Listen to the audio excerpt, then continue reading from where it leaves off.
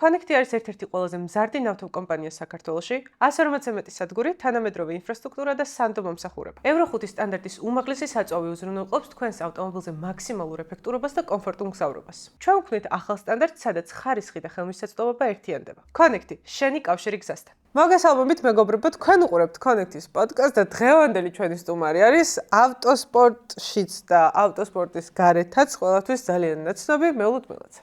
გამარჯობა. როგორ ვთქვით?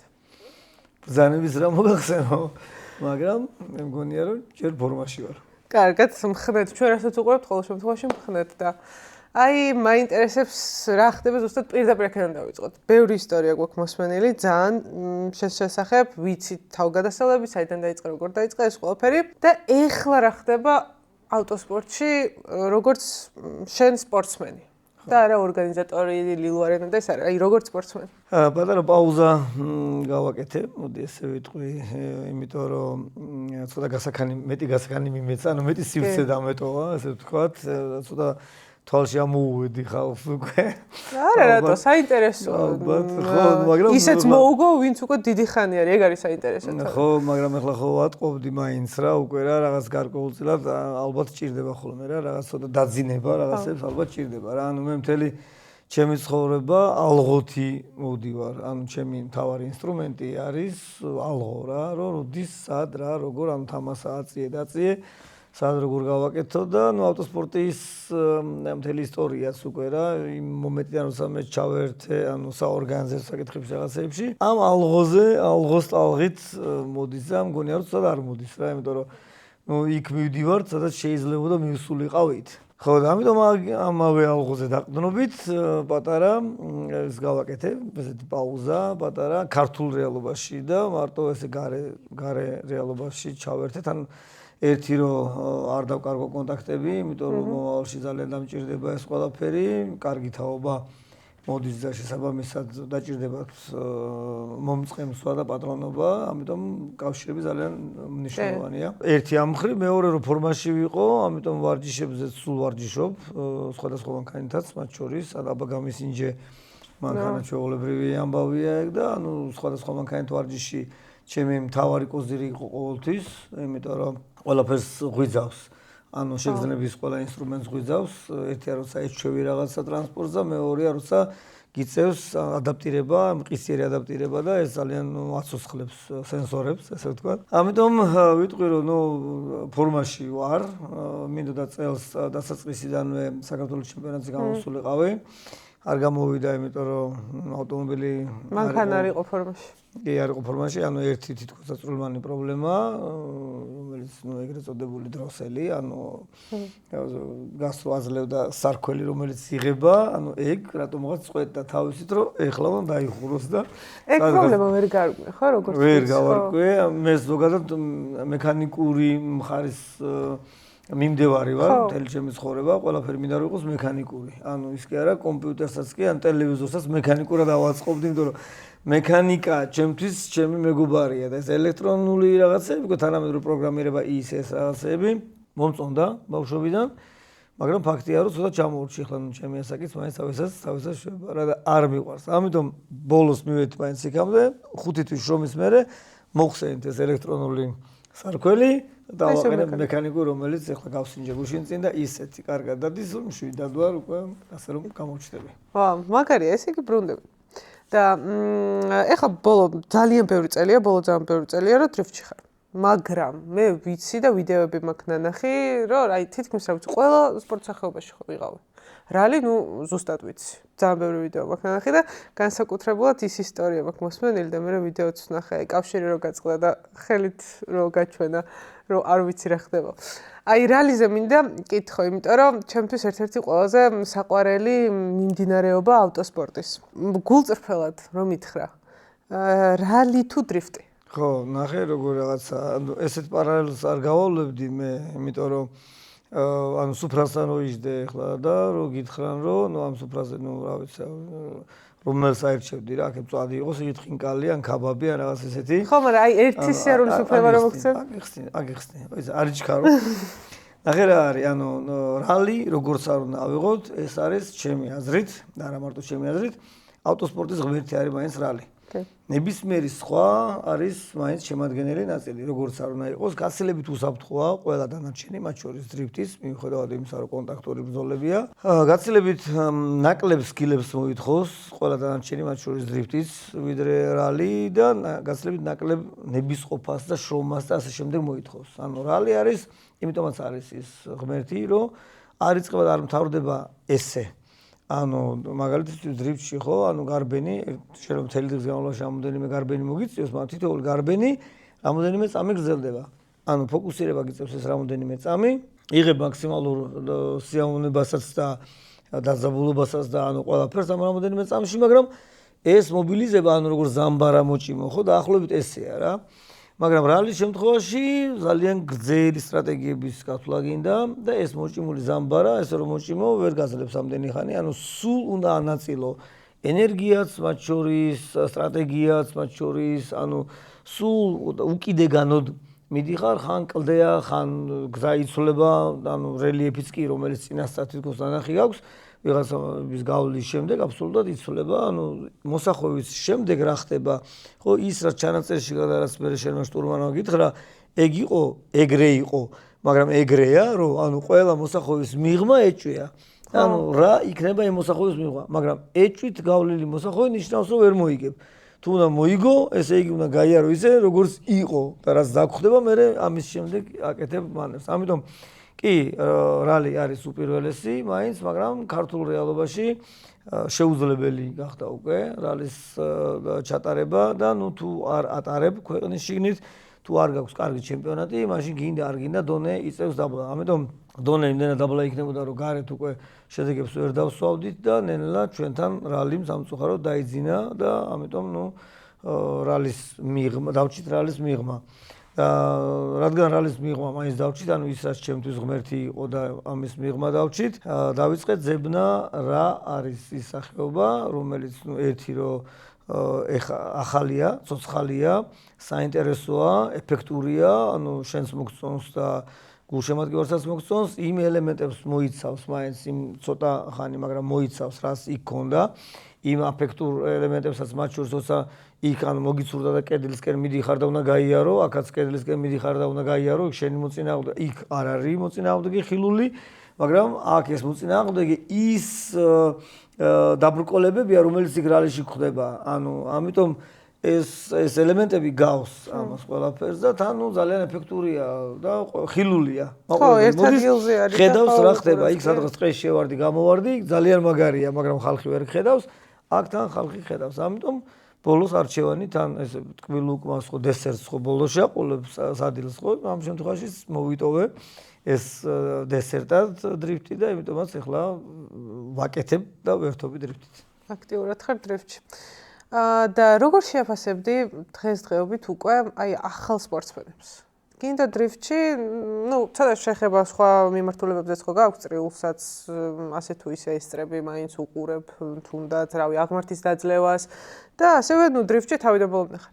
აი როგორ შეაფასებდი თანამედროვე ახალ სპორტსმენებს? ხო, ნუ ასე თუ ისე ესწრები არ არის, რასაც ვაკეთებ წრიული რბოლის მხარეს თუნდაც, იმიტომ რომ ჩართული ხარ მან და წრიულ რბოლაში გარუცე. იმიტომ რომ ნუ მინიმუმ ეხლა ქართული გუნდი ნასკარზე არის წარდგენილი ხო თავიდან ბოლომდე. მე 90-ებზე წავედი მარტო ნასკარი და აქ 90-ებზე იქ როცა განხილვა მიდის, ანუ კომისრები რომელიც არ ჩანან და რომელიც იხილავს შემდეგ შედეგებს რაღაცეებს, იქ ვარ, ანუ იქიდან ვაკეთებ ამ განხილვებს და ასე შემდეგ, ანუ ბევრი რაღაცა არის. რა თქმა უნდა ჩართული ვარ, მაგრამ კითხვა თუ იმაში მდგომარეობს, რომ ანუ სად მივდივართ, ანუ ახალგაზრდების ხო, აი მაინტერესებს როგორ მოგწონს ხო, როგორ ხდება ეს ყველაფერი რა, ანუ ამბავის არის, რომ ამ წვეტამ მაინც თავისი დანაკარგები დაბადა მაინც გზადაგზა, იმიტომ რომ წრიული რბოლას ეხლა თავიდან ჭირდება ინექცია, ამ თავიდან ჭირდება გაღვიძება და თავიდან ჭირდება მიჩვევა როგორც გულშემატკივარს, ანუ გაგებაც თუ რა ხდება გულშემატკივარს, ასევე თუ მრბოლელებს, იმიტომ რომ რადგან არ იყო ბმა და იყო ამხელად ჩავარდნა, ხო, საერთოდ ციდან ხوار ჩამოსვიდებიან ეს მრბოლელები რა, ჩვენ დავიწყეთ ფედერაციაში პროექტი გახდი მრბოლელი, ანუ კარტინგები დავიწყეთ ეს ყველაფერი 14 წლიდან, იმიტომ რომ უფრო დაბალი ასაკის ამ რბოლებს ჯერ ვერ არ ვართ აღჭურვილი ტექნიკურად ისე რომ კარტინგები უფრო სუსტი კარტინგები იყოს ასე ვთქვა და უფრო პატარაობიდან დავიწყოთ, თუმცა ეს მნიშვნელოვანია და ანუ აქედან ვფიქრობთ რომ კარგი ბმა იქნება, იმიტომ რომ ძალიან ბევრი კარგი ახალგაზრდა ვიპოვეთ, ესე ანუ მთელი ქვეყნის მასშტაბით ვაცხადებთ ხოლმე ყოველ წელს, რომ ვისაც უნდა მონაწილეობას იღება 14-დან 17 წლის ჩათვლით, შეუძლიათ რეგისტრაცია გაიარონ ბავშვებმა, ანუ მოვიდნენ გადიან ტესტებს და მე საუკეთესო 8 ბავშვს ფედერაცია იღებს თავის თავზე, ფედერაცია და სპორტის სამინისტრო სახსრებს თავიდან ბოლომდე ფედერაცია და სამინისტრო გამოყოფს ამისთვის და მთელი წლის განმავლობაში დადიან საქართველოს ჩემპიონატს, ანუ ფედერაციისვე კარტინგებით.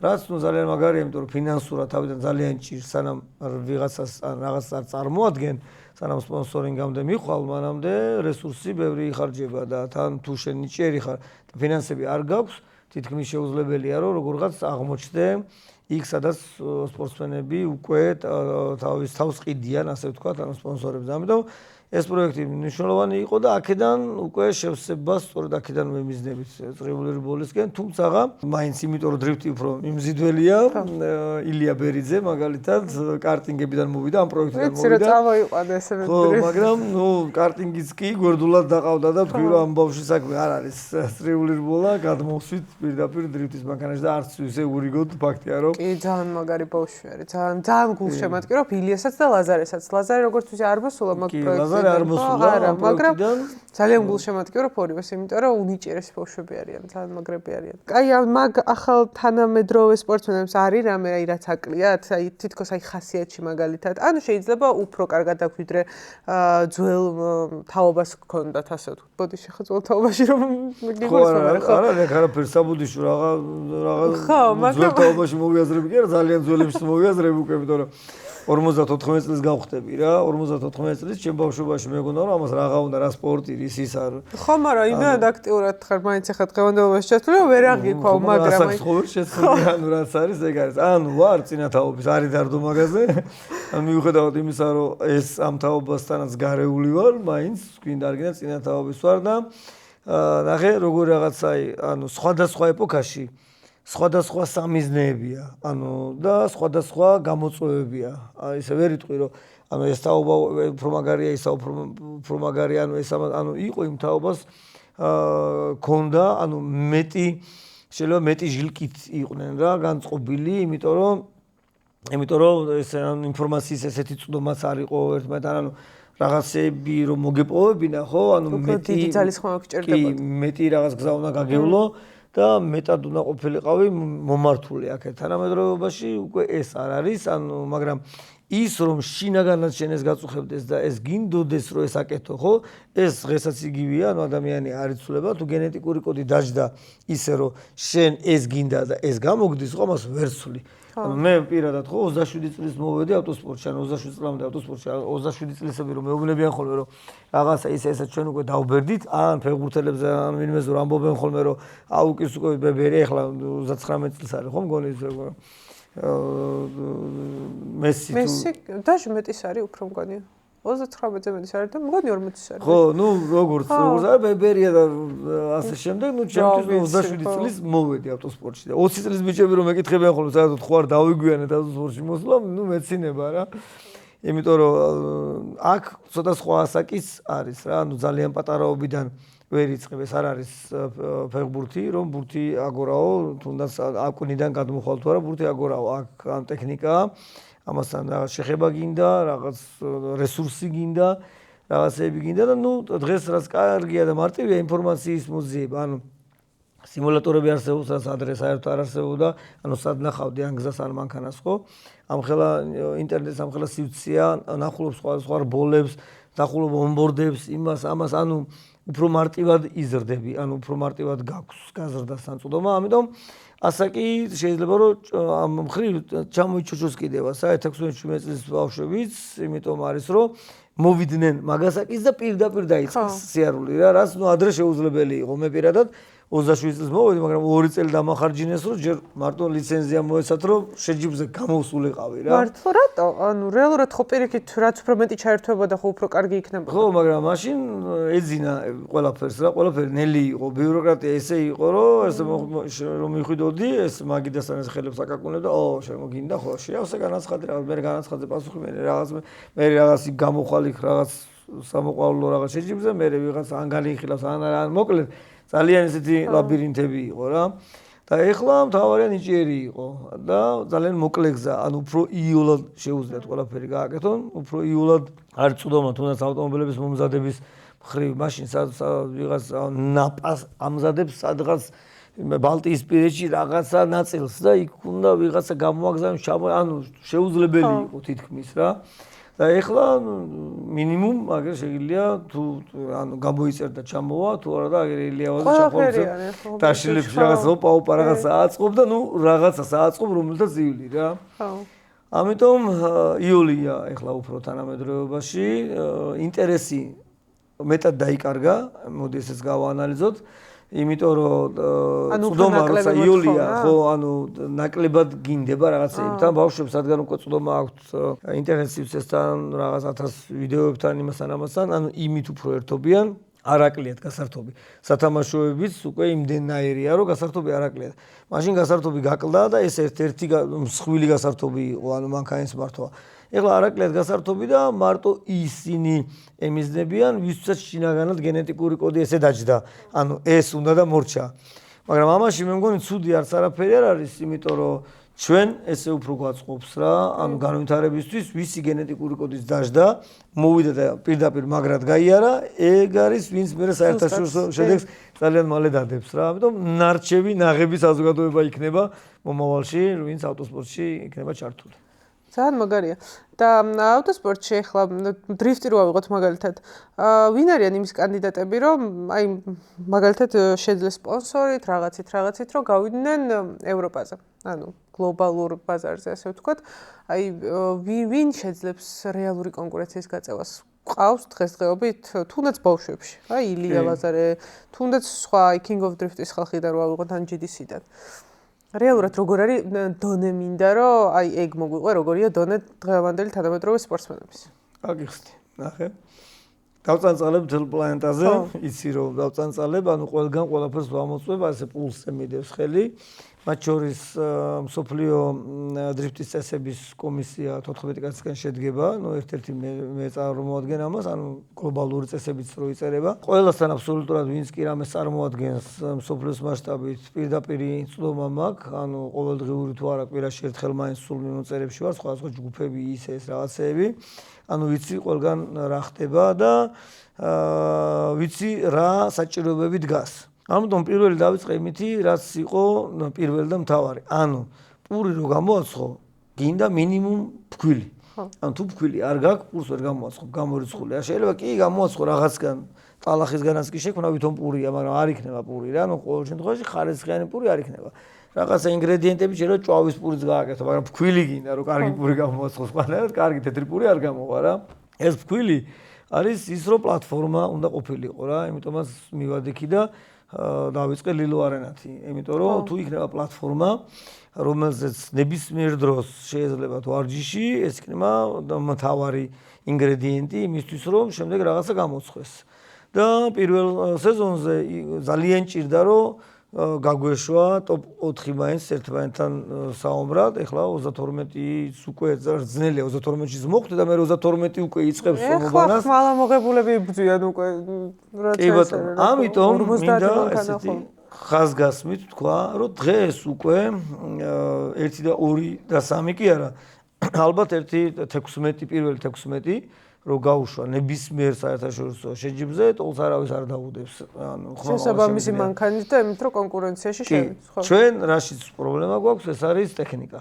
ანუ ფინანსურად ყოველთვის გვიჭირს, ძალიან ღარიბია ჩვენი ქვეყანა იმის რომ მსხვილ რაღაცებს ეჭიდაო, მაგრამ დრიფს კარგი ისა აქვს, რომ შესაძლებელია, როგორ რაღაც აი მაგალითად ნოდო კოდუას მანქანა არ იყო ცუდი მანქანა, ერთ-ერთი საუკეთესო მანქანა იყო, რითაც გამოდიოდა, უბრალოდ ცოტა ზარმაცია მოდეგეს თქვა, ეხლა ნოდო, როგორც კი მე არ მეცალა რომ რაღაც უფრო მეტი მიმეხედა, ცოტა გამოიძინა, მაგრამ ეხლა რაღაცებს აწყობს იქ. კიდე აპირებს გასვლას? კი, რა თქმა უნდა, იმიტომ რომ ვერ ისვენებ ეგ გენეტიკური კოდი რო დაждდა, როგორც გითხარი, უკან ვერ მიდის რა. თვითონ პაუზა გააკეთა, მაგრამ შიგნი ეს დუღილი. ეხლა რაღაც კარგ მანქანას აწყობს და პირდაპირ ევროპაში გაუშვებს, როგორც მე მაქვს ინფორმაცია და ვიხილავთ ნოდოს, იმიტომ რომ სხვანაირად ეგ ამბავი ვერ გამოვა. ნოდოს რო თავი დავანებოთ, ეხლა ამ შემთხვევაში უკვე ახალ თაობას, იმიტომ რომ ახალ თაობის დეფიციტია რა, იგივე სასპონსორო კუთხით, ანუ აღარა საჭირო რა, აღარ გვინდა ეს შეგვეშვას მეულდმელაძე და ოთო თავართკილაძე და რავი დათაკაჯაია და ანუ ახალი თაობაა საჭირო. ახალი თაობის ეს ბავშვები ხო, ანუ კარგი მასალაა იგივე დასასპონსორებლად, უკვე არის იმის შანსი, რომ ეს ბავშვები უკვე დაფინანსდნენ და ესენი უეჭველი დადებენ დიდ შედეგს, ანუ მსოფლიოში მე ძალიან დიდი ამბიციით ვარ რა და ხაზგასმით ვამბობ ამას, რომ სამჭედლო იქნება საქართველოში საერთაშორისო, ანუ მსოფლიო ჩემპიონები დრიფტში გაიზრდებიან აქ. ფინანსებში გვიჭირს, ვიცი, მაგრამ გამოჩნდება მაგის ფინანსები, იმიტომ რომ როცა იქნება წარმატებები, ხო, გინდა არ გინდა, ამას მოყვება მე ფინანსები და იქნება, ანუ საქართველო იქნება პირველი. ცოტა ხანში და ბევრი დრო ამაში არ დაგვიხარჯება. ძალიან საინტერესოა. ხო, მიუხედავად იმისა, რომ სხვა მიმართულებითაც იქ სადაც არ მოვიკოჭლებთ, ანუ ეხლა ნასკარზე გამოდის სანდრო თავართკილაძე და სანდრო კაჯაია, ანუ დათა კაჯაია, სანდრო კაჯაიათი ჩავანაცვლეთ გუნდში, მაგრამ დათა მაინც იპოვა გამოსავალი და მეორე ქართული გუნდი არის ნასკარზე, იქ იღებს მონაწილეობას არც თუ ისე ურიგოთ. მაგრამ ნუ აქაც არ გვიჭირს რა, ანუ ერთ-ერთი წამყვანი მრბოლელები არიან ჩვენი მრბოლელები ნასკარზე, ჩვენთვის ძალიან ახალი იყო ნასკარი, ეხლა წარმოიდგინე რომ ელექტროხერხი ჭრიდე ან პირიქით, ნაჯახი ჭრიდე და ელექტროხერხი მოგაწოდონ რა, ჯერ სანამ გაიგებ როგორ მუშაობს, ხო, რაღაც დრო უნდა, ადაპტირება უნდა, ცოტა იქ რაღაც გაუმართლებელი რაღაცებიც ქონდა, მაგრამ მაინც ხაზგასმით უკვე იციან რომ ჩვენი სტოპ პილოტების სამჭედლო ვართ, ვინც უნდა გაითვალისწინონ და ფაქტია რომ სანდრო თავართკილაძე ამას აკეთებს კიდევაც რა. პოდიუმზე დგანან ხშირად, თითქმის ყველა, ხო? სულ ანუ უკვე ვეღარ გვიტანენ, იმიტომ რომ ნუ პოდიუმიდან ვერ გაგვაძევეს, რა არ დაგვემართა, მაგრამ პოდიუმიდან მაინც ვერ გვაძევებენ რა, ასე რომ ანუ არ ვართ ამ ამბავში ცუდად რა. ფინანსებში ვართ მარტო. ფინანსები გვიჭერსო. თუ ვინიცობა და ადრე თუ გვიან ეჭვი მაქვს რომ ანუ ავტოსპორტსაც უკვე ნელ-ნელა უკვე ვიზრდებით მაინც რა. ეკრება ისეთივე მხარდაჭერა როგორც საუბრობთ ფეხბურთს, რაგბის ასე შემდეგ. მე შემიძლია ვთქვა რომ გენეტიკური კოდი ჩვენი ანუ მძლავრად არის გენეტიკური კოდი, ბუნებრივად არის ეს ჩვენი რა. ანუ ნებისმიერ ქუჩაში გადი გააჩერე, ნებისმიერ ზღოლ უთხარი ვინ არის ყველაზე მაგარი გეტყვის მეო. ანუ ეგეთები ვართ რა და მართლა არის ეს რა, ანუ რომ ვადარებ ამ სოფლიოში ხო დავწანწალებ და ვადარებ რა. ანუ ჩვენი სხვანაირი სიცხლი გვიდუხს რა, სხვანაირი ხედვა გვაქვს და სხვანაირი მონდომება ამისი და სხვანაირი გენეტიკური კოდიც, ასე რომ ეს ამბავი ჩვენია. ცოტაც გვაცადეთ, ცოტა. კი, მე მჯერა მაგის, იმიტომ რომ მე მგონია რომ გარდა იმისა რომ ხასიათში გვაქვს რაღაცნაირი ეს რომ პირველები უნდა ვიყოთ და ყველანი განსაკუთრებული ვართ ნებისმიერს რო ვკითხო. ასევე მგონია რომ ერთ-ერთი ყველაზე ავტომოყვარულური ქვეყანა ვართ. განსაკუთრებული მიდგომა გვაქვს მანქანების მიმართ და ავტოსპორტის მიმართ, რასაც ვუყურებ. მეც რო დავწანწალებ ხოლმე აქეთ-იქით ხო? აი, კი, შეიძლება მასშტაბი პატარა არის და არ უნდა შეედარო დიდ მასშტაბს, მაგრამ ამ პატარა მასშტაბში ამდენი მანქანის მოყვარული და სპორტის მოყვარული ადამიანი ყველა ენთუზიასტები ვართ. კარგი იქნებოდა ქალაქის მერიაში რო ზუსტად ისე ფიქრობდნენ როგორც შენ. იცი რატო? იმიტომ რომ ბევრი წლები გავიდა იმაში რომ აი ესე ვიზამთ საზოგადოებრივ ტრანსპორტზე გადავსვავთ ის რაღაცები და მე ვთქვი რომ ბოლო იქნება. ანუ ბოლო იქნება ქართველი, რომ დათმობს მანქანას. ანუ დათმობს ყველაფერს. შეიძლება ოჯახიდანაც წავიდეს, არც ჭამოს, არც აღარ, მაგრამ მანქანა რამდენის შანსს ექნება, რომ უკეთესი ყავდეს, უკეთესი ეყოლება რა. ანუ ესეთები ვართ, ანუ ჩვენ გენეტიკურ კოდში რატომღაც ესე, როგორც ცხენებზე იყო ადრე, ხო, ეხლა მანქანებზეა რა. არა, ჩვენ თავიდან ბოლომდე, აი მაგასაც შევეხები, ხან ახსენე. ტრანსპორტი და ასე შემდეგ მინდოდა, მაგრამ ბარემ შევეხოთ მაგ თემას. თბილისის ქუჩებში მოძრაობაზე რა სიტყვი? აი, მძღოლების მიმართ თქვათ პირველი, ყველაზე დიდი რა პრობლემა აქვთ მძღოლებს, ქართულ მძღოლებს? ყველაზე დიდი პრობლემა გვაქვს ცოდნა. არა მარტო მძღოლებს, არამედ ყველაფერში, ანუ ინფრასტრუქტურის მოწყობაც, მათ შორის გზების კეთება იქნება თუ რა იქნება. გზები კატასტროფა. ანუ ყველაფერში არის ორი რაღაცაა რა, ერთი ცოდნა და მარტო ცოდნის ელემენტი აქ არ არის, მეორე არის პასუხისმგებლობა.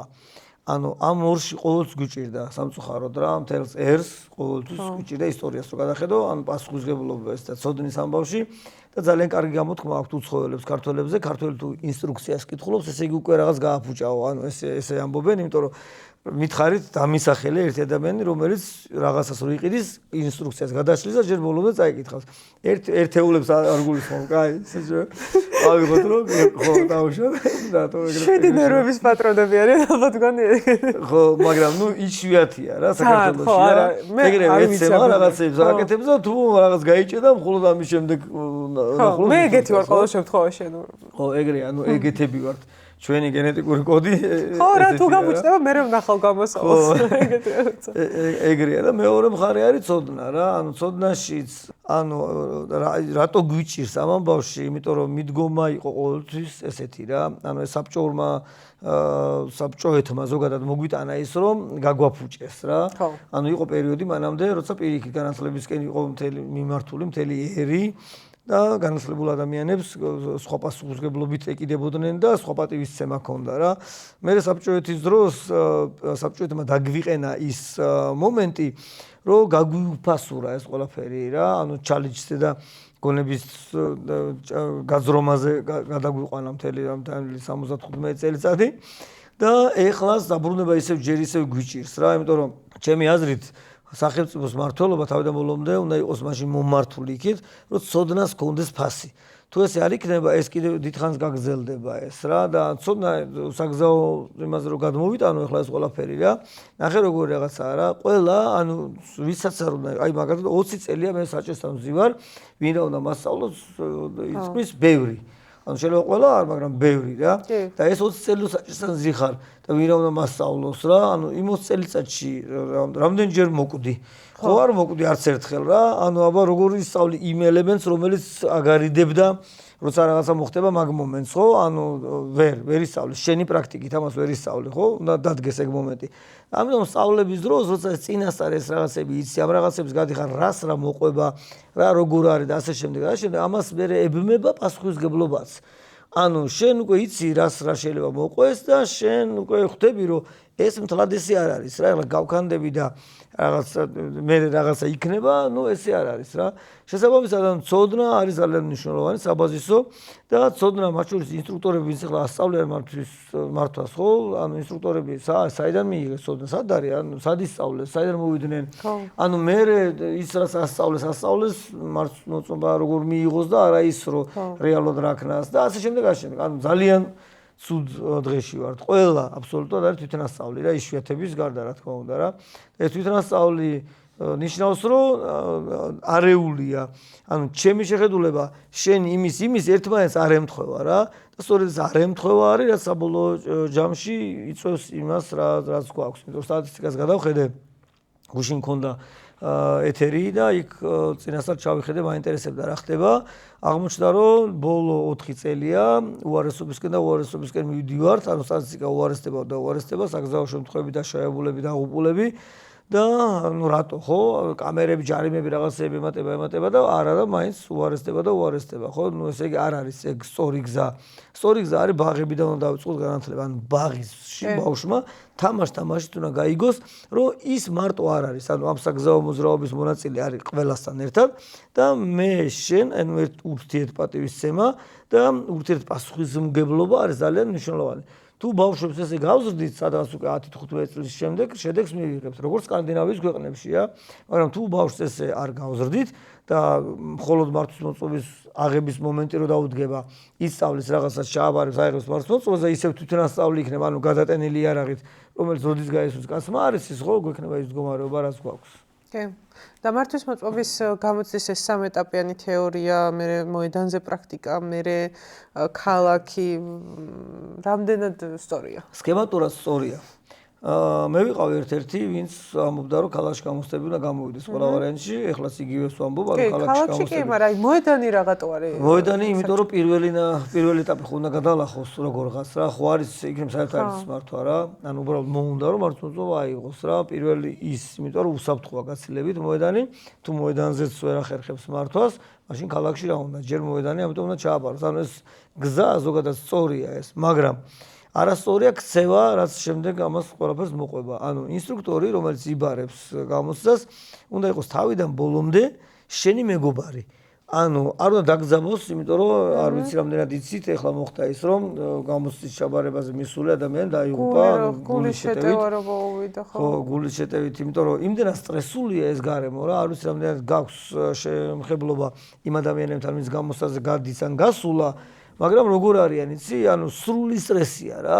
ანუ არაფრით არ განსხვავდება იმისგან, დახვრეტაზე რომ იყავთ ადამიანები, რაც ფილმებში გვინახავთ, ნუ მსახიობები ასრულებენ იქ, მაგრამ ზუსტად ეგ სახე აქვთ იმ ადამიანებს, ვინც გამოსაზე. ჩემს ეგრე იყო რა ჩავაბარე, ეს კაცი იყო ყველაზე მეტად ვისიც მეშინოდა, რატო არ ვიცი, ანუ გვერდზე რომ მეჯდა რა, ის გამომწდე. არა და ხმას არ იღებდა, მაგრამ ნუ მეშინოდა რა. ხო, და არ უნდა იყოს ეგრე რა, ანუ ის უნდა იყოს შენი მეგობარი რა, რომელიც თავიდანვე პოზიტიურად განგაწყობს, ანუ გასაუბრების მომენტშივე და ანუ სულ შენ გემეგობრებაა და არა ის რომ ჩასაფრებული არის საიდან გესვრის და როდის კაცმა არ იცის რა და ანუ ნებისმიერ რაღაცას გადააყენე მორჩა შენი გამოსდა დასრულდა ნუ რა ვიცი აი ძალიან სტრესულია რა და არ უნდა იყოს ესე ანუ უნდა იყოს გაცილებით მარტივად ანუ ინსტრუქტორმა ყველა შემთხვევაში არ არსებობს როგორც არ უნდა სუსტი იყოს ინსტრუქტორი ყველა შემთხვევაში იცის უკვე რომ შენ რამდენად ფლობ მანქანას რა ანუ შეიძლება რაღაცა შეცდომების დაუშვა ისეთი რა იმიტომ რომ ყველამ შეიძლება დაუშვას ისეთი მოძრაობაა ჩვენთან ყველგან აბსოლუტურად რომ შეცდომა შეიძლება ვიღაცამ დაგაშვებინოს ან ისე მოხდეს რომ იძულებული იყო არასწორი მოქმედება გააკეთო, ანუ კანონით არასწორი მოქმედება, რომ თავი გადაერჩიო რა, მაგრამ ეს პირიქით პლუსია ჩემი გადმოსახედიდან, იმიტომ რომ თუ ეს მოახერხა, ესე იგი ცოდნია რა, ანუ გზნობს ამას ყველაფერს და ინსტრუქტორმა გვერდზე ეს ყველაფერი იცის.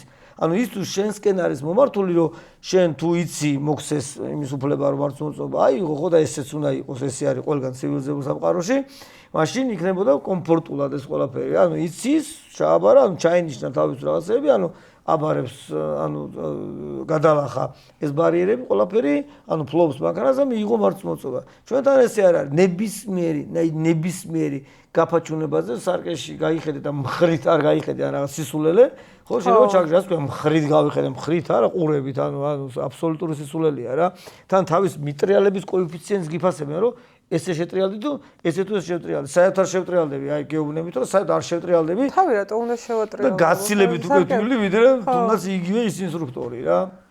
ამასთანავ თქვი მე შემდეგ მედიამ აიტაცა ის რომ ჰემილტონი რო ჩამოვიყვანოთ მეთქი და ჩვენთან გამოსაზე გავიდეს ვერ ჩააბარებს. აი პასუხს ვაგებ რომ ვერ ჩააბარებს, იმიტომ რომ მან იცის მანქანის მართვა ყველაზე მაგრამ არ იცის საქართველოს როგორ ბარდება გამოსდა, ანუ ეგ უნდა იცოდეს. და ეს არასწორია რა, ანუ ჩვენ ვამოწოდეთ როგორ მართავს მანქანას და არა იმას, რომ როგორ იცის გამოსდის ჩაბარება რა. კარგი, აი, რო დაუბრუნდეთ ავტოსპორტს. მინდა და მეკითხა ლილო არენას. ჩვენ მთელი ცხოვრება გვაქვს რუსთავის ტრეკი. და ნუ ამ ტრეკმა რა თქმა უნდა თავისი საქმე გააკეთა, ძალიან ბევრი საქმე, კარგი საქმე გააკეთა, რომ ესეთ პატარა ქვეყანაში რომ სარბოლო ტრეკი გაქვს, ეგ ძალიან დიდი საქმეა, მაგრამ წამოვიდა უცებ ლილო არენა, რომელიც საერთოდ სუპირველად რომ ვნახეთ მაკეტი, საერთოდ სხვა ფორმის იყო. ანუ ცოტა ჯერ არც ცოდნა მქონდა, მე პირადად არ მქონდა, რა თქმა უნდა არ ვიცოდი ინფორმაციები როგორი შეიძლებოდა ყოფილიყო, ის შეიძლება გამოყენებულიყო. მაგრამ ხედავთ რომ სწორი არ იყო რა, ანუ იყო ეს ბრგვალი, იყო კუნძულები და ან მარტო დრიფტისთვის იყო ასე ვთქვათ იმ მომენტში გათვლილი. მე რასაც ვუყურებ ლილო არენამ ჩემთვის პირველ რიგში რაც გააკეთა არის რომ რამდენჯერაც მოვდივარ იმდენჯერ ვხედავ უბრალოდ ჩვეულებრივ ადამიანს რომელიც შემოდის თავისი ყოველდღიური მანქანით რომ თავისი გულისჭია გაიხაროს და ეგ ძალიან მიხარია იმიტომ რომ ესე იგი ის ადამიანი ქუჩაში არ იზავს იმ ყველაფერს ანუ ჩემთვის პირველ რიგში ყოველ შემთხვევაში ეგ გააკეთა და აი შენი დაკვირვებიდან რამდენი რამე შეცვალა? აი მაინტერესებს რეალურად ამ ხელა პროექტმა. ხო, ანუ კარგია რომ ყველაფერი ისე მოხდა როგორც მოხდა. იმას გულისხმობ რომ რუსთავის ავტოდრომიდან ჩემი წამოსვლა, იმიტომ რომ პრინციპულად ვერ შევთანხმდით მე და რუსთავის ავტოდრომის მფლობელი რაღაც პრინციპებზე, იმიტომ რომ ჩემთვის მნიშვნელოვანი იყო რამოდენიმე ელემენტი. ერთი, რომ ავტოსპორტი უნდა ყოფილიყო ხელშეუხებელი, მაქსიმალურად ბიუჯეტური, რომ მორეოდა ჩვენი ქართული ბიუჯეტები, მოდი ესე ვთქვათ. და მეორე ის რომ უნდა ყოფილიყო სახალხო, ანუ ის რაც ახლა ამ წუთში თქვი, რომ ნებისმიერ ადამიანი მოვიდა, გაერთო, მოსინჯა თავის ავტომობილი ის და ნუ ამითი დაიკმაყოფილა ჟინი, იქ ვიღაცას კითხა რაღაცა ინფორმაცია მიიღო, გაიზარდა, განვითარდა და წავიდა და ეს ყველაფერი უნდა მომხდარიყო ნებისმიერ დროს. ანუ შენი მეგობარი უნდა იყოს ეს სივრცე. ამიტომ ლილო არანა სწორედ ამ პრინციპით შევქმენი, რომ ბევრს რაღაცას ვამბობდით, ხოლმე სლენგები ქონდა ბევრი რა, ნუ ეხლა ცოტა უხეშ სლენგები და ამიტომ არ ვიტყვი, როგორ მიდოდა რომ დაგვერქმი, ანუ როგორ ქონოდა თავისი მოწოდება, მაგრამ რეალურად ეგრეც არის, ანუ ნებისმიერ შეუძლია მოვიდეს, შევიდეს თავის მანქანას მოსინჯოს, იქ სხვებსაც დააკვირდეს, გაიზარდოს ასე შემდეგ და ნუ რა თქმა უნდა დრიფტისთვის კი გამოიყურება, მაგრამ მარტო დრიფტისთვის არ არის. მაგალითად საოცრად კარგად გამოიყენება მოტოციკლეტებისთვის რა. იმიტომ რომ მოტოციკლეტის მართვა, ანუ მოტოციკლეტის გჭირდება ყველაზე რთული რაც არის, ანუ მოსახუებში როგორ გაიარო. საშუალო დონის მოსახუები არის ყველაზე მნიშვნელოვანი, იმიტომ რომ თუ ვერ დადიხარ ნელში და საშუალოში, მაშინ ჩქარში საერთოდ ვერაფერს ვერ გაბედავ რა. ამიტომ ძალიან აქტიურად ეხლა მოდიან დილის საათებში მოტოციკლეტები და ვარჯიშობენ ძალიან ბევრით რა, ცოტა არ. ანუ მიხვდნენ რომ მე ანუ მანქანებთან ერთად ვერ ივლიან და ეკნებათ პრობლემა და ესე ანუ დილის საათები მიითვისეს მოტოციკლეტისტებმა და მაგას სხვადასხვა არ დავფიქრებულა რომ მოტოსთვის შეიძლება და ყოფილი. ძალიან მაგარი სავარჯიშოა მოტოსთვის რა, იმიტომ რომ წვები იმ დონეზე რა თუ დაეცემი არ აუშავს, იმიტომ რომ ბალახია, ასე შემდეგ. ანუ ძალიან კარგი სავარჯიშოა და ნუ არა მარტო მოტოსთვის, ანუ შეუძლებელი რომ მარტო ასწავლოს ერთმანეთს, ანუ ადამიანებმა ამისთვისაც რა თქმა უნდა გამოიყენება, წყვილთარბოლის ფორმატის შეჯიბრებებია, სლალომის ტიპის შეჯიბრებებია, ანუ ისეთი ღონისძიებებიც არის კორპორატიული, რომელიც ნუ აბსოლუტურად დამოუკიდებელი ამ ყველაფრისგან, კარტინგია, ერთი რომ საქართველოს ჩემპიონატი ტარდება და მეორე ანუ კარტოდრომია. საღამოს 6-დან ღამის 12 საათამდე ან ნებისმიერ შეუძლია მოვიდეს იაროს და თან სწრაფი კარტინგია, ანუ სხვა სივრცეები არ იძლევა იმ საშუალებას, რომ სწრაფად იარო, აქ ნუ სწრაფია, სრულად იმუხტები აბსოლუტურად, ანუ აღარაფერს ვამბობ ისეთ ადამიანებს, რომელიც პირველად ჟდება, მეც რო ჟდები და ანუ იმ 8-10 წუთიან სესიის შემდეგ გადმოდივარ, დაღლილი ვარ და ესეთი კმაყოფილი ვარ. ანუ აღარც მინდა ხოლმე მეორე გავლა გავიარო, იმდენად ესეთია რა, ინტენსიური ეს დატვირთვა. ამიტომ ვფიქრობ, რომ პროექტი როგორც გამოიყურებოდა თავიდან არა მარტო ეს ნაწილი, არამედ კიდე ბევრი ნაწილია, მათ შორის ოფროუდის ნაწილი, საბავშვო ნაწილი, სასწავლო ნაწილი. ჩატარდა, ტრამპლინიც იყო მახსოვს, ეგ ძალიან მაგარი.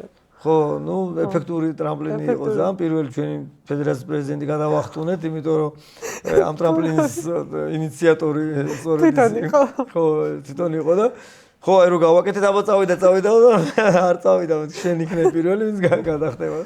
გადახტა, ანუ ფილმში ვარ შნო ქონდა და გადახტა, ეგრე იყო, მე უკვე გავიოლეთ ეს ნახტომი, ყველაფრით ხდებოდით აბსოლუტურად, მე ხო ერთი გადახტომაა ჭირს თორე მე. მოკლედ ესეთი ამბავია, ლილო იზრდება, ჯერ არ გაჩერებულა, ამ წუთის მშენებლობა მიმდინარეობს, ანუ კიდე ბოქსები ემატება და ტრიბუნები ემატება.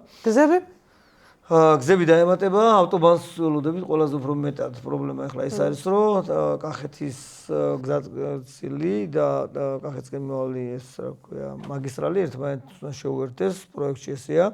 ჩვენს უკან გადის პირდაპირ ეს მაგისტრალი და ეს მაგისტრალი როგორც გაივლის, შემდეგ მეორე ნაწილს შემდეგ ავითვისებთ უკვე და ანუ არ მინდა ესე არ მინდოდა გამეხმოვანებინა, მაგრამ იმიტომ რომ მაინც გამეპარა ეს ინფორმაცია აქეთ-იქით, წრიულირბულის საკმაოდ კარგი ტრასაც იქნება მან ინტეგრირებული. თან 1 და 2 კონფიგურაციით რა, დაახლოებით 1-20-მდე კონფიგურაცია იქნება წრიული რბოლის დაწყებული 2 კილომეტრი და 800-დან დამთავრებული 4 კილომეტრი ნახევრამდე კონფიგურაციით, ასე რომ მაგარია. რუსთავის ავტოდრომი 4 კილომეტრი და 40 მეტრია ზუსტად შესაბამისად, თითქმის გაუთანაბრდა. კი, რიგ მომენტებში არ იქნება შეიძლება რაღაცა ადგილები ისეთი სწრაფი, როგორც რუსთავის ავტოდრომი, თუმცა 600 მეტრიანი პირდაპირ მონაკვეთი აქაც იქნება, მაგრამ იქნება ძალიან ტექნიკური. მაგარია. და აი მე ვნახე საფრანგეთში მქონდა ეგეთი გამოცდილება, რომ ერთ-ერთ ქალაქში, რაღაც პატარა ქალაქში იყო პატარა ტრეკი ქონდა და იყო ტრეკ დეი. და ანუ ძალიან ჩვეულებრივი მანქანები, ძალიან ბევრი ადამიანი ზოგი ჩვეულებრივი ზოგი მანქანით, მაგრამ ბევრი მანქანა იყო, რომელიც ერთად დადიოდა ტრეკზე და ძალიან სახალისო გასართობი იყო, რაღაცა ისეთი ვიკენდი იყო და რა არის საჭირო იმისთვის, რომ საქართველოში მაგდონემდე მივიდეთ, აი მაგას მივაღწიოთ, რომ გადამარტო პროფესიონალური შეჯიბრებები იყოს, მაგალითად დრიფტი, წყვილთა, წრიული. აი ტრეკდეები გქონდეს, სადაც აი ბევრი ხალხი მოვა ერთად. მე და დათო და 1-2 ის კი არა, ვინც ისედაც დავდივართ, აი ჩვეულებრივი ბევრი ხალხი მოვა. მაგისთვის არის საჭირო გაჩნდეს ორგანიზატორები. მთავარი კამათი მაშინ კიდევ ერთ-ერთი რაც შოთას აფხაზავასთან მომიწია ავტოდრომის რუსთავის ავტოდრომზე იყო, ერთი ნაწილი ის იყო, რომ მე ვიყავი მის მომხრე, რომ შექმნილი იყო ბევრი კლუბები, ანუ საავტომობილო კლუბები, ბრენდების მიხედვით, თავისი მიდგომების მიხედვით, სურვილის მიხედვით და ესეც იყო იმ ეპოქაში უკვე ბევრი კლუბები დაიბადა და მე ვამბობდი რომ ანუ ეს კლუბები უნდა იყოს ის კლუბები, რომლებიც გაუწევენ ორგანიზებას მსგავს ღონისძიებებს და ანუ ტრეკი არის ის რაც ვიღაცამ უნდა იქირაოს და გააკეთოს, ანუ ტრეკი არ უნდა იყოს ორგანიზატორი რაღაცეების, ანუ ორგანიზატორებმა უნდა გამოიყენონ ტრეკი თავისი ღონისძიებებისთვის რა, ეს არის სწორი. ეხლა იმის შემდეგ, იმიტომ რომ მას სხვანაირი მიდგომა ჰქონდა და ანუ ასე ვთქვათ გამიჯნვა და უკან გაწევა მოგვიწია მაშინ ამ კლუბების, უკვე შექმნილი კლუბების, იმიტომ რომ არ ჰქონდათ მათ ამისი საშუალება. ხო, ანუ თავიდან უწევს ახლა ეს პერიოდის გავლა, რომ ისევ წამოიწიოს, ანუ ვიღაც დაჯგუფებები, ანუ შეიკრას და რაღაცა წამოწყებები დაიწყონ და გამოიყენონ ეს პლატფორმა. და თან როგორც გითხარი, როგორც იქეთ ფქვილია იყო საჭირო, ჯერ პირველი ინგრედიენტი აქაც ეგ არის, ანუ როცა უკვე არსებობს ტრეკი, ნელ-ნელა ახალგაზრდების ჯგუფები მოდიან, რაღაცებს მსჯელობენ, ზოგს რაღაც კონცერტს მოწყობა უნდა, ზოგს რაღაც ესეთი შეკრებებს აკეთებენ ხოლმე, აი მანქანები მოგროვდნენ რაღაც იქ რაღაც მუსიკა, ის ეს რაღაცები, ანუ ეს კულტურა ნელა წამოიწევს და წამოიწევს, მთავარი არის ღია პლატფორმა ამისთვის, ანუ ყველა შეუძლია მოვიდეს, აბსოლუტურად ძალიან მარტივად. და ან თქვას რომ მე ახლა აქ რაღაც გაკეთება მინდა, ყველა შემთხვევაში ვიპოვით რამე გამოსავალს და ესეც არის, ანუ ვინც კი რამეს ახლა აკეთებს, ესეა რა, მოდიან აი მე ამის საშუალება მაქვს, ან იმისი, ან ამის გაკეთება მინდა, ან იმისი თუ რაიმე შანსი არის, ყველანაირად ვეხმარები, რა თქმა უნდა, თუ არა და ვაკვალიანებ მაინც სად და როგორ შეიძლება რომ აკრიფოს ეს ყველაფერი იმის ღონისძიება შედგეს და ახლა იქ ვართ რომ ესეთი წამოწყებები უფრო და უფრო მეტი და მეტი იქნება და მათ შორის თქვენ შეგიძლიათ ინიციატივა აიღოთ. მე რაღაცა შეკრება გააკეთოთ, რა პრობლემაა. ტრეკ დეის მოვაწყობდი, რომ აი უბრალოდ მოვიდნენ მანქანები, ყველამ ერთად იაროს. Welcome. ყველამ ერთად იარო დაიმტვრდნენ, მაგრამ ანუ აი გამოცდილება მიიღონ, იმიტომ რომ ძალიან მაგარი გამოცდილებაა. ხო, ნახე როგორ რაღაცაა. მან მეორე ნაწილიც არის რა, ანუ კარგი ორგანიზატორის შემთხვევაში ნაკლები მანქანა იმტრევა.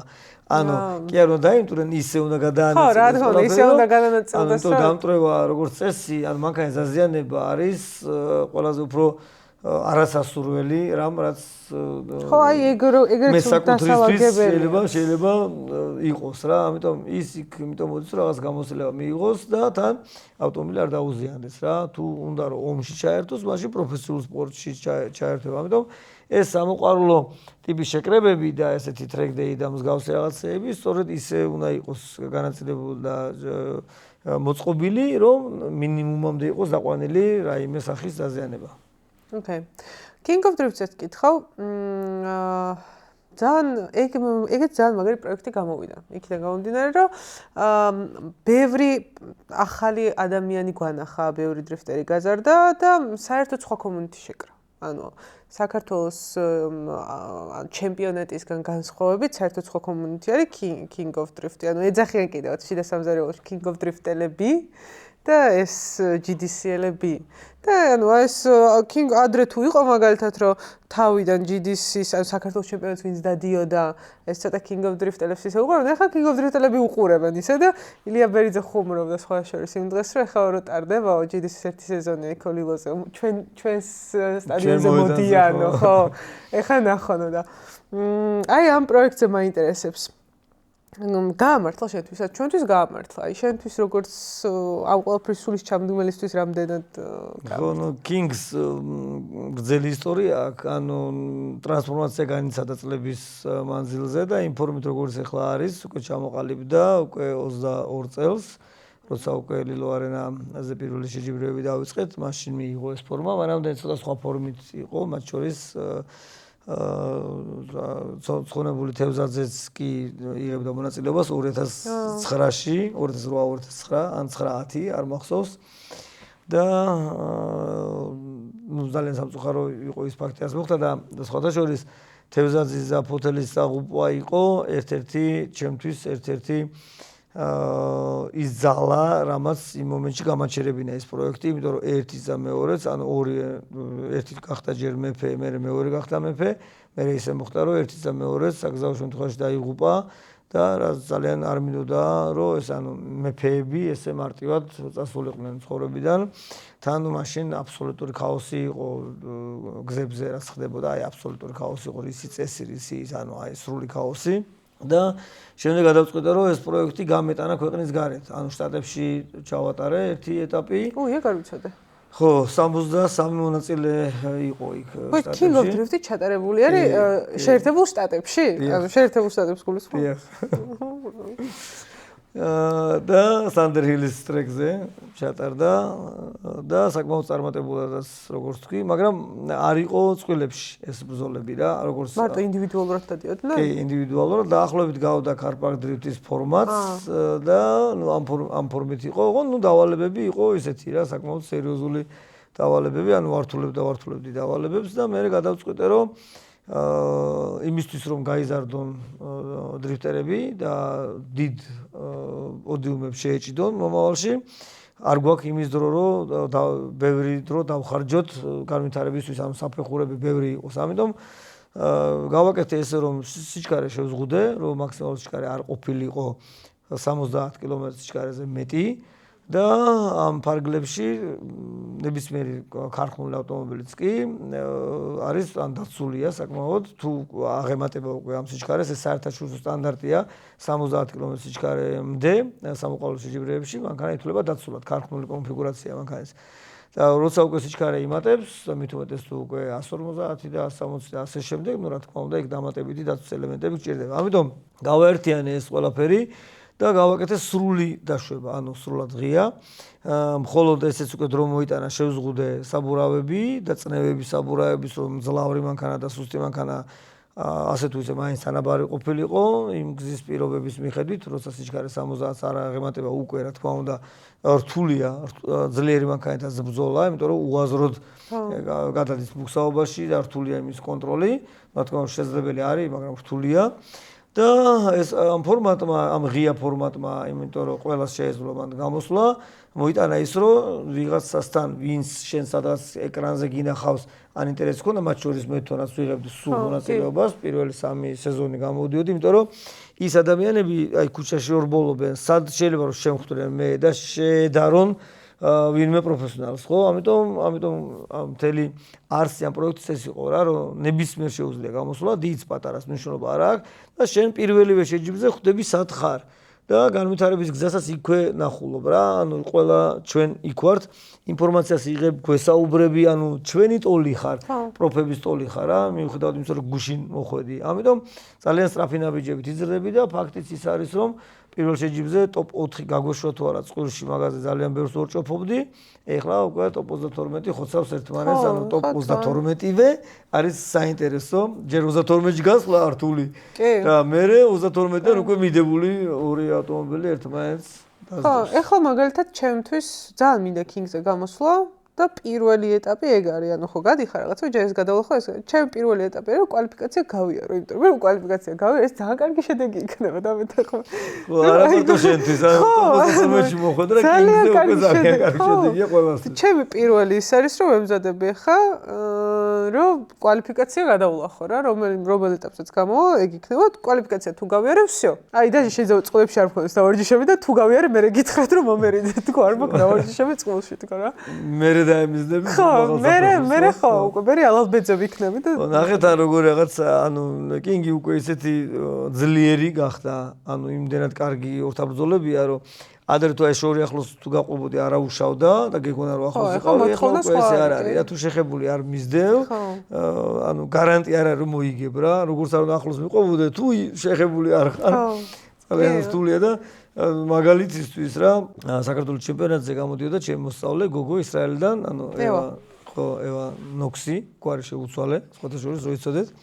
ხო, იმიტომ რომ მარტივი უნდა ყოფილიყო იმისთვის რომ საერთაშორისო ასპარეზზე წარადგინო და ამიტომაც ეხლა არის ევა ნოქსი უკვე ოფიციალურად. ესპანეთშია ხო ეხლა? არა, ეხლა ესპანეთშიც მიიღო მონაწილეობა ბალტიისპირეთის ჩემპიონატზე არის მთავარი, ანუ მან იღებს მონაწილეობას, მაგას დავემიზეთ, იმიტომ რომ ძალიან ძლიერი ჩემპიონატი აქვს ბალტიისპირეთში.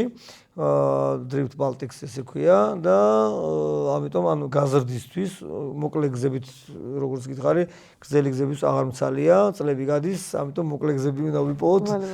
ევას შემთხვევაშიც ეგეთი მოკლე გზა ვიპოვე, იმიტომ რომ ძალიან ძლიერი ჩემპიონატზე მონაწილეობა ძალიან გზრდის. გაყვები არ გაყვები, სხვა გზა არ გაქვს და ძალიან გზრდის და სხვათა შორის ევას სულ ერთწლიანი გამოცდილება აქვს ჯერ, ხო? ბევრი აქარულია. მოვიდა. ანუ რომ მოიყვანეს თავიდან იტაისადე გამოაგზავნა, ანუ ჩვენთან გამოდიოდა იტაისადე წლების მანძილზე, ეხლა Drift Masters-ის ერთ-ერთი წარმატებული მრბოლელია. და იმან გამოაგზავნა, იმიტომ რომ თუსადმე ისწავლი საქართველოსიო, ესე თქვა და ეს ევრო ჩამოვიდა, თავიდან ტესტებზე რო გავატარე და დავეჭვდი მეთქი, ნუ მაგრამ უბრალოდ შემრცხვა რო უკან გამებრუნებინა იმ მომენტშივე და მეთქი ერთი კვირა, მოდი მიმეცადინოთ და ნუ შევხედავ რა, როგორ იქნება, მაგრამ ერთ კვირაში ხელა პროგრესი ქონდა. რომ მე ვთქვი რომ კი ამბავშია რამე გამოცხება რა, იმიტომ რომ ძალიან საინტერესოა, როცა გოგო აკეთებს იმ საქმეს, რასაც დრიფტი ქვია რა, იმიტომ რომ დრიფტს მაინც გინდა არ გინდა რაღაც კაცური ელემენტები ჭირდება რა, არ არის მარტივი და გაცილებით მაღალი ბარიერების გადალახვა გიწევს შიგნით, რომ ის შედეგი დასვა, რა შედეგიც უნდა დასვა, სხვანაირად წინ ვერ წახვალ. და ევას სხვათა შორის, ანუ გასულ წელს, ანუ საქართველოს ვიცე-ჩემპიონია, ანუ საქართველოს ჩემპიონატზე ბევრი პოდიუმი ჰქონდა და საბოლოო ჯამში ვიცე-ჩემპიონი გახდა. ვიცე-ჩემპიონი გახდა? კი, ანუ საქართველოს ჩემპიონატზე, მაგრამ არა კინგის, მაგას ვამბობ რა. კინგზე ერთადერთი პოდიუმი აქვს, მხოლოდ მესამე ადგილს მიაღწია ერთადერთხელ. ანუ ამით იმის თქვა, მინდა რომ ძალიან რთულია. არა და ერთ-ერთი მანქანით დადიოდა. კი, ერთ-ერთი ხო, მანქანით. დაჟე ანუ მანქანაშიც არ იყოს ხო? კი, ანუ მანქანა სუსტი არ ყავდა რა, მანქანა ყავდა კარგი, კინგისთვის მით უმეტეს, ანუ იდეალურად კარგი მანქანა იყო კინგისთვის, იმიტომ რომ მაგის მანქანას სიმძლავრე აქვს დაბლიდანვე, ანუ ატმოსფერულია, ტურბინიანი არ არის და თან ძლიერია და ნუ 400 რაღაცა ცხენი აქვს, 450 და სამართავად არის ძალიან გემრიელი კინგისთვის რა. ანუ საქართველოს ჩემპიონატზე უფრო ცუდი სამართავია ვიდრე კინგისთვის რა, იქ მაღალ სიჩქარეზე ცოტა უჭირდა მანქანაზე. და იქ ვიცე-ჩემპიონი გახდა და აქ ერთხელავი და მარტო პოდიუმი. აქ ერთხელავი და მარტო პოდიუმი. იმიტომ რომ ხო, ნუ რთულია რა, არ არის ესე მარტივი არ არის რა. ანუ არ ვაკნინებ ბაბით საქართველოს ჩემპიონატს რა, მაგრამ იქ ნუ რაოდენობაც გაცილებით ნაკლები იყო მრბოლელების და ასე შემდეგ, მაგრამ ფაქტი მაინც ფაქტია რა. კარგი, საბოლოოდ ესე რაღაცა შეჯამებისკენ წავიდეთ თვითონ შენ კიდევ აპირებ სადმე საზღვრებს იქით ჩაერთო როგორც სპორტსმენი? კი, ყველა შემთხვევაში, იმიტომ რომ ნუ ვერ მოვისვენებ რა, სანამ საჭის ტრიალი შემიძლია, აზრი არ აქვს, ხლა ვერ ჩამოვკიდებ, ასე ვქვია, ჩოხას, ასე ვთქვათ. პერიოდულად რაღაც შეჯიბრებებზე აქაც გამოვალ, ანუ უკვე ესე არ ვიქნები აქტიურად ჩართული რა გინდა თუ არა საქართველოს ჩემპიონატი, აი რაღაც მოვიგო ეს მოვიგო რაღაცეები, მაგრამ ნუ საერთაშორისო ეტაპებზე მით უმეტეს ვაპირებ რამოდენიმე ეტაპებზე სხვა იმაზე ჩასვლა სხვა ქვეყანაში, ანუ იმის მიხედვით როგორ ხასიათზე ვიქნები და ფინანსურად როგორ ვიქნები. ეხლა ყველაზე მეტად მაინც ფინანსები მენანება ხოლმე, იმიტომ რომ ერთი საერთაშორისო ეტაპზე გამოსვლა დაახლოებით 17-დან 20,000 ევრომდე ჯდება. საბურაებით გზით იმით ამით ყველაფერი ჯამში და როცა ქართული რეალობისთვის 20,000 ევრო თითო შეჯიბზე, ცოტა ფული არ არის რა. ქართული სპონსორინგებისთვის ძალიან ბევრი ფული არა და მინიმუმ 5 ეტაპზე მაინც უნდა გამოხვიდე, 100,000 ევრო უკვე კუშია რა. და ამიტომ ვფიქრობ, რომ ესე კონკრეტული რაღაც ეტაპების, მაგალითად სოფლიო ჩემპიონატი ერთეტაპიანია, შეიძლება სოფლიო ჩემპიონატზე, წავიდე და გამოვიდე. შეიძლება რაღაც აზიის ჩემპიონატი დაემატა. ხო, აზია მაინტერესებს. შეიძლება წავიდე და იქ ერთ ეტაპზე გამოვიდე. რაღაცებს შეიძლება ვქნა, მაგრამ ეხლა მთელ რესურსს მაინც რა ვახმარ ლილო არენას მშენებლობას, ყველა თეთრი მენანება, სადმე დავხარჯო თუნდაც საკუთარი თავის, იმიტომ რომ ეს პროექტი მინდა დავასრულო, ეს პლატფორმა იყოს ისეთი, როგორიც 5 წლისას მაგ სიზმარში ნანახი. ეს რაღაცას თქვენ ხედავთ, ეს ის არის. მეულოდი სიზმარია? კი, აი ქვიშაში პირველი გზა როგორიც დავხაზე, რომ გავიღვიძე დილას, ზუსტად ეგ არის ეს, რასაც თქვენ ხედავთ აქ. და ბევრი აკლია ბოლომდე განხორციელებამდე? არა, ამ ნაწილს არ, სადაც უშუალოდ იმართება, მაგრამ იმ ნაწილს, რომელიც ბავშვობაში მე საბანზე ვაკეთებდი ხოლმე ესე მუხლით და რაღაც ფორმას ვაძლევდი საბანზე, იქ ვაგორებდი ხოლმე და ვაკვირდებოდი, რა ტრაექტორით ჩამოკვირდებოდა და იმ ნაწილს ცოტა აკლია რა, ბავშვებისთვის ნაწილი მინდა, ეს ავტომაგისტრალის ამბავი როგორც კი მოგვარდება, პირველი შეიძლება აღარც დაველოდო უკვე პირველი ბავშვების სივრცე მინდა გავაკეთო, რომ ჩემი ბავშვობა იყო სულ ეს რა, სულ სიზმარში მესწრებოდა ან გზა, ან როგორც სასაცილო სიზმარი მქონდა, იცი რომ ვიღაცას ბენზინი გაუთავ და მანქანა დატოვა და მე მივედი ბენზინი მივიტანე ჩავასხი და დავკვე და დავდივარ. ეგ იყო მთელი ჩემი სიზმარი. ეს მესწრებოდა მილიარდჯერ. სკოლის ასაკშიც მერე რა, ეს სიზმარი არ მშორდებოდა რა და თან ეს ჩემი მანქანა სიზმარი როგორი იყო, იცი როგორც აი სათამაშო მანქანებით თამაშობდი, ერთ-ერთი მანქანის დიდი კონფიგურაცია იყო რა, რატომღაც ესეთი იყო, ვიზრდებოდი და სიზმარში ეგ მანქანა არ იცვლებოდა. რატომღაც რა. ხო და ისეთი ბავშვები, როგორც მე ვიყავი, ხო არიან დღესაც რა და მინდა რომ იმათთვის იყოს ის სივრცე ზუსტად რა, რომ მოვლენ აი ის მანქანა, რასაც მე ხედავდი, თანამედროვე სხვანაირი იქნება და არავის დახვდეთ ის მანქანა და დახვდეს ის და ითამაშოს ის რაც მე მინდოდა. ისე რამდენი წლიდან შეიძლება უკვე რომ ბავშვი და აი შვილი რომ ეყოლება, მაგალითად ჩემზე 5 წლიდან ეგრევე დავსვა?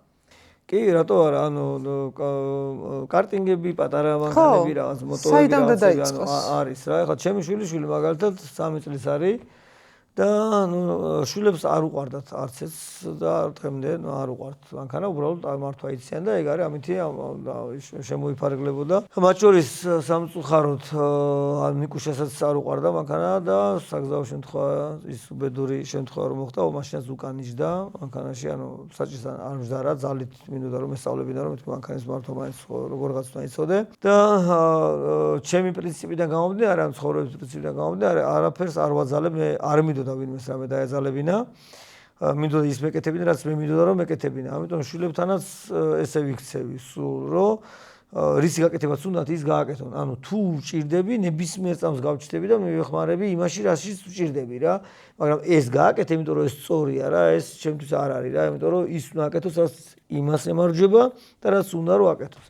ამ შემთხვევაში ახლა შვილის შემთხვევაში ხო, ეთქვა გენეტიკური მომენტი ესე წავიდა. ის ჩვეულებრივი ეგრეთ წოდებული ძველი მულტუნად პაგაზი რო იყო მოხმელი. ეგეთია, იგივე რაღაცებს აკეთებს, რაც მე მახსოვს ბავშვობაში, რაღაცებს შლის, აწყობს და ნებისმიერ ტრანსპორტი მითამიდადის და ლადო გუდაძესთან შემთხვევაში აღმოჩნდა. ვიდეო ნახე ხო? ლადო ავეჭრო 3 წლის ბავშვებსაც ვიღებო. ხო. და ოჯახში ვთქვი რომ დავიღუპეთ მეთქი რა. მოტოზე გავშვი. ხო, მოტოზე ესე დადის და ერთი სული აქვს ხოლმე რომ გაკვეთილი კონდეს ჩაფხუტით რაღაცებს რაღაც აღჭურება ხოლმე და დადის და სადარი ბამბუ რაღაცებს ყვირის. ნახოთ რა გამოცხება, მაგრამ ფაქტი არის რომ 3 წლიდან შეიძლება უკვე ბავშვმა დაიწყოს და რატომაც არა. რაც თუ ეს მისთვის შინაურია, ხო, მაშინ ის რომ მე ხარბად იყოს და რაღაცა ჩუმად გააკეთოს, გაიპაროს, რაღაცები გააფუჭოს, ამას ჯობია რომ ეს პირდაპირ მიუშვა სწორ გზაზე. აკეთოს ის რაც უნდა რომ აკეთოს და აკეთოს ისე როგორც სწორია რა, თავიდანვე ისწავლოს რომ ეს ცუდია, ეს კაია, ეს გამოვა, ეს არ გამოვა. ბოლო კითხვას დაგისვა, ყველა სტუმარს უსვამთ ამ კითხვას. BMW თუ Mercedes? ეგ კითხვა ჩემთან არ უნდა გესვა, იმიტომ რომ ნუ ჩემთან Mercedes არ მეგობრობს, გამორიცხულია. იმიტომ რომ ანუ ხასიათი ასაკიკიო, მაგრამ ხასიათი მაინც ვერ Mercedes-ამდე ვერ მივედი. ხო, და ვერც მივალ ვერასდროს რა, იმიტომ რომ ჩემთვის ძალიან მნიშვნელოვანია. აი ზუსტად როგორი რაღაცა იცი, მეგობრები რო არჩიოს ამბავია რა, ანუ ვერ მეყოლება მეგობარი, რომელიც დღესდღეობით რაღაც ის ვერ, ანუ და იყოს ფიცხი რაღაცნაირი აქტიური ის ანუ თუნდაც ჩემთვის მიუღებელი, მაგრამ აქტიური რა. ამ შემთხვევაში BMW ზუსტად ეგ არის რა, სელქია რაღაცა, შეიძლება რაღაც გააფუჭოს ის, მაგრამ ნუ ხასიათი აქვს რა, რაღაცა საკეთებს. და ამიტომაც მყავს ჩემი საკულტო, Purple Junkie, ის დრიფტის მანქანა BMW არც სული, მიუხედავად იმისა, რომ ბევრი უკეთესი მანქანა არსებობს, არის ის და იქნება ეგეთი როგორც არის. მე 36 წელი ადამიანი ხო დათო? მადლობა ძალიან დიდი სტუმრობისთვის, დრო რო დაგვითმე. ბევრ წარმატებას გისურვებ. და მე რა ვიცი, ჩვენ ყოველთვის გიხარია როცა გხედავ ავტოსპორტში, იმიტომ რომ აი ილია ბერიძე შენ რომ მოგიგებს, მაგას უფრო დიდი მუღამი აქვს, ვიდრე ახალს და დამწყებს. ვიდრე ზაკაცკაცებს ილია ისე უნდა რომ ეკნას. ეგ უფრო შენახავია დადგება. ძალიან დიდი მადლობა. თქვენ კიდე გთხოვთ რომ გამოიწეროთ ჩვენი არხი, დაწეროთ კომენტარები, დაგულაიქოთ ვიდეო და შევხვდებით შემდეგ ვიდეოში.